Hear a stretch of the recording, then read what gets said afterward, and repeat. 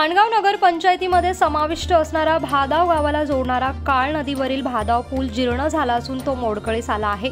हा पूल दगडी बांधकामाचा असून याला तडे गेले आहेत, तसंच ठिकठिकाणी झुडपे देखील वाढली आहे। या पुलावरून गेली अनेक वर्ष अवजड वाहतूक बंद ठेवण्यात आली आहे, त्यामुळे हा जुना पूल अखेरची घटका मोजत असून तो कधीही कोसळून पडून जमीनदोस्त होऊ शकतो अशी भीती व्यक्त होत आहे। भादाव गावातील ग्रामस्थ दररोज या पुलावरून जीव मुठीत धरून अनेक वर्ष ये-जा करत आहे, त्यामुळे भादाव गावाला जोडणारा नवीन पूल बांधण्यात यावा अशी मागणी शिवसेना प्रवक्ते ॲडव्होकेट राजीव साबळे यांनी केली आहे। भादाव पूल हा कालव्याचे पाणी जाण्यासाठी 1977 साली बांधला आहे, त्यामुळे हा पूल आतून भुयारी मार्गाचा आहे, त्याच्यावरून अवजड वाहतूक होत नाही। गेली अनेक वर्ष भादाव गावाला 4 चाकी आणि 3 चाकी वाहने यांची रहदारी या पुलावरून होत नाहीये, तर या पुलावरून केवळ दुचाकी वाहनांची रहदारी सुरू आहे।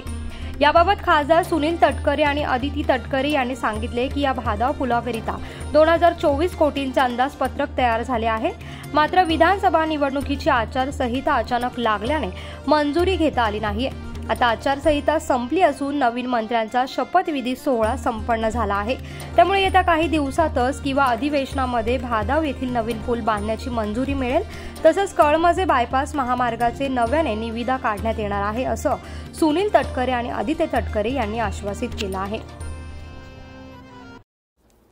कोकणासह परिसरातील ताज्या घडामोडींसाठी सागर डिजिटलला सबस्क्राइब करा आणि नोटिफिकेशनसाठी बेल आयकॉनवर प्रेस करा।